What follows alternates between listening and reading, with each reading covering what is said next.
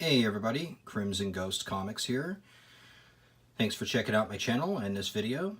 And this video is actually the first one I've done for this channel. And it's a contest entry video for a really awesome contest being held by The Boy Who Had 7 Talks Comic Books. Head over to his YouTube channel and for details on the contest and check it out. He has a really awesome channel that focuses a lot on just talking current comic books, talking storylines, talking speculation, talking the movies. Lots of awesome content over there. You should check him out. And while you're at it, head over on Instagram and follow The Boy Who Had 7 Talks Comics on there too. His Instagram account is really cool. So for his Action Comics 1000 contest, The Boy Who Had 7 Talks Comics really wanted us to talk about our favorite Superman reads and submit the video to him. So I am going to kind of go a little further than that. I'm going to talk a little bit about my history with Superman as a character and how and where I first encountered him, as well as talk about some of my favorite books. So here we go. I was born in 1975, so my first exposure to Superman as a character probably came through the Super Friends cartoon back in the 70s, but where I really fell in love with Superman was with the movie that you see in front of you, Superman the movie with Christopher Reeve, the Richard Donner movie. To me, it is still almost a perfect superhero movie. I know it's got flaws and it's got detractors, but I love it. It fills me with nostalgia every time I watch it. I just think it's beautifully shot. The score by John Williams is so iconic. Christopher Reeve, man, I mean, what else can you say? He is the perfect Superman. It was just such a good movie. And I love Superman 2 as well, 3 and 4 to a lesser degree. But Superman the movie, it's like one of those comfort movies for me.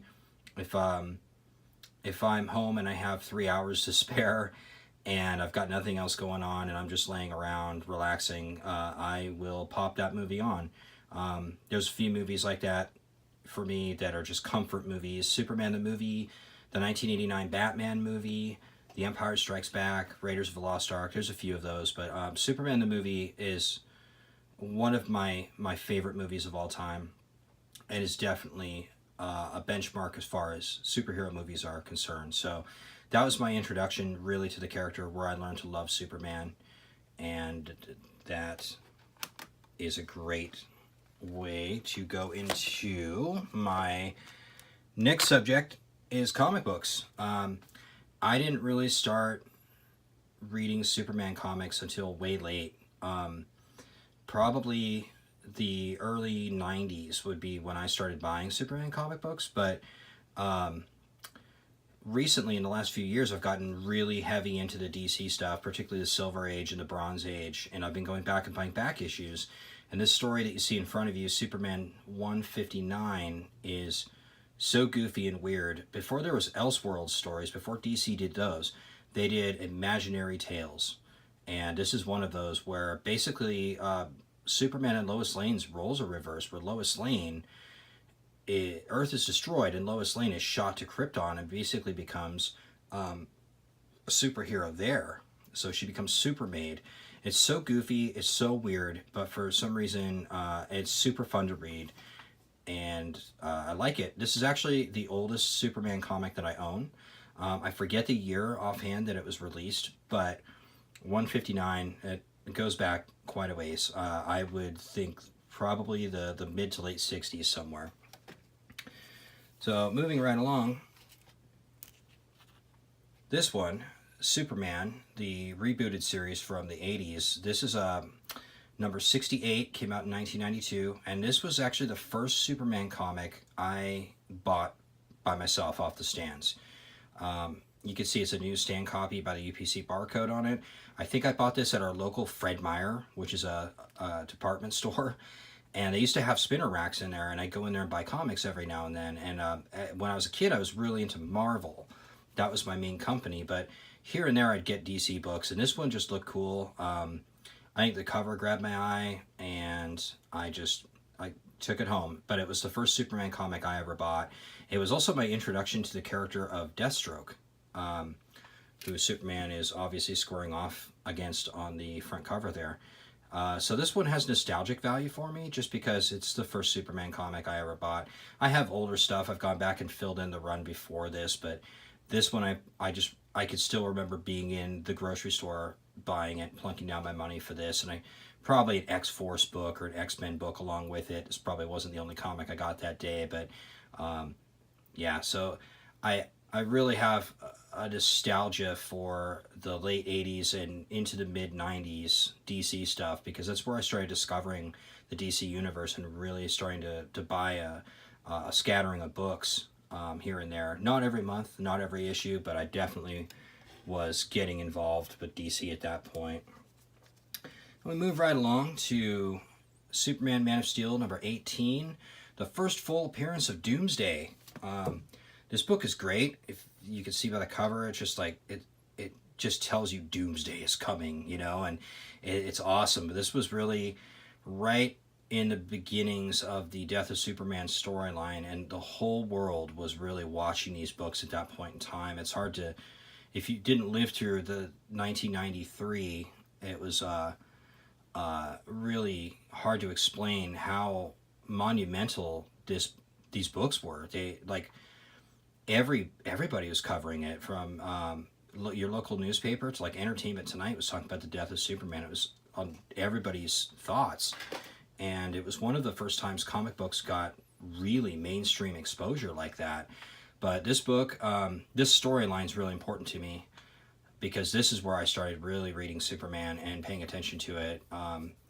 I jumped in with the beginning of the Doomsday for Superman storyline and just kind of stuck with it all the way through, and into the Funeral for a Friend stuff that came later, and then the Reign of the Superman. I was riveted, man. Through 1992 through about 94, I was reading the Superman books pretty consistently. So again, this is one I think I picked up off the stands, and I love the cover.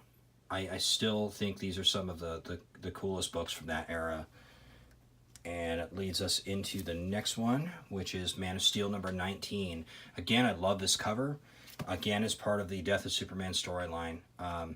This book was killer. I mean, look at the cover on it. I mean, it's just great. The whole Superman team were really riding high at this period of time. And moving right along into Superman 75. This is the polybag version that had the button and the armband and all that jazz in it, the special collector's edition. I got this when it came out too. But this is the issue that Superman dies, defeating Doomsday. Well, they kind of stop each other, you know. But this is it. This is the one that was the big deal at the time. And I have to mention the Death of Superman story. Like I said, it's the thing that got me into reading Superman on a monthly basis, and that story is very important to me and very nostalgic. So on a similar note, after the Death of Superman, I went back and started picking up trade paperbacks and back issues of Superman runs from the 80s and even back further. This book right here is another one of my favorite Superman reads, the Man of Steel limited series by John Byrne and Dick Giordano. This was after Crisis on Infinite Earths in 1986. They wiped out DC continuity and started everybody with new origin stories. This was Superman's new origin going forward. Up until, well, I mean, they still draw influence from it, I think, as far as what they're doing right now with the post-Rebirth era. Brian Michael Bendis right now is doing a series called The Man of Steel, which is an obvious homage to this in terms of like the trade dress of the comics and the idea of when John Byrne left Marvel and came over to DC, they gave him the Superman books, and it was a huge deal. And the same thing is happening with Bendis right now, but I would be remiss if this was not on my list of top Superman reads of all time. When I read this, I thought it was perfect. They could make a movie out of this. There's a couple parts of it now that seem a little dated if you read it currently, but for the most part, it still holds up. Like I still really like it a lot, and this iteration of Superman was really the basis for the Superman animated series in the 90s, and all the stuff going forward. Highly influential comic, and I think that it's still available in trade, but I've been finding the individual issues, I'm sorry, in dollar bins for years. So they're still out there. You can find them, and they're affordable. And if you like Superman and you haven't read this, I highly recommend picking this up and checking it out because it's worth reading. But what I'm going to have to talk about as far as my favorite read currently is something I actually read quite recently. I just got done with this book not long ago. And that is Superman's Secret Origin by Geoff Johns and Gary Frank. This is awesome. It's basically a retelling of Superman's origin, but done through a modern sensibility, but it pays a lot of homage to the classic stuff. The John Byrne stuff is kind of mentioned in here. The Legion of Superheroes, Superboy and the Legion of Superheroes is in here. Krypto's in here. And even more hits me in the feels because it definitely is influenced by Superman the movie. When Gary Frank draws Superman in his book, he's drawing Christopher Reeve. Definitely. There is no mistaking. It also gives you the origin of Lex Luthor and how he and Clark have a backstory in Smallville. Introduces Lana Lang. Introduces Parasite and Metallo and gives them updated origins. And I think a lot of the influence from some of the stuff that ended up in the movie Man of Steel was taken from this comic. And the original run is 6 issues. It's a 6-issue limited series. This is the deluxe hardback they put out recently, DC did, and it's just a beautiful presentation. But you can see from the artwork and stuff, Gary Frank is one of I think the best artists working in comics right now. And when he teams up with Geoff Johns, it's just magic. The two of them are doing Doomsday Clock right now at DC, and if you haven't been following that, that's really good as well. But yeah, Superman Secret Origin, I highly recommend it. I think it's a really good introduction for new readers of the character. It summarizes his origin and some key points of his history without bogging it down in too much continuity. And for old-time readers too, I think it's just a fun, almost an Elseworlds take on Superman's origin. I think if you just want to sit down and have like a comic book that feels like a movie, I think this is a perfect example of that. And I don't know. That's it. That's my pick for my favorite Superman read is Superman Secret Origin. I could say Man of Steel. I could say Death of Superman. I could say For the Man Who Has Everything. There's a million stories we could go back on and talk about because there's so many good Superman stories out there. But I really think that for contemporary stuff, this is up there with some of the best. So that's pretty much it, you guys. I hope you enjoyed this video. It's my first one. I'm sorry for the shaky camera work. I'm recording it on my iPhone. If I do future videos, which I plan on doing, they will get a little bit better. You know, it's first time jitters, so just please forgive it. Yeah, a little bit more of what you can expect from my channel going forward. I really have an emphasis. I love all comic books. I love Marvel. I love DC. I love independent stuff. But in the last few years, I've really had an emphasis on DC Comics. I love the characters. I love the history. I love the morality. I love the fable quality of their storytelling. And while I grew up on Marvel, I love Marvel. I gotta say DC is hitting me in all the right places these days.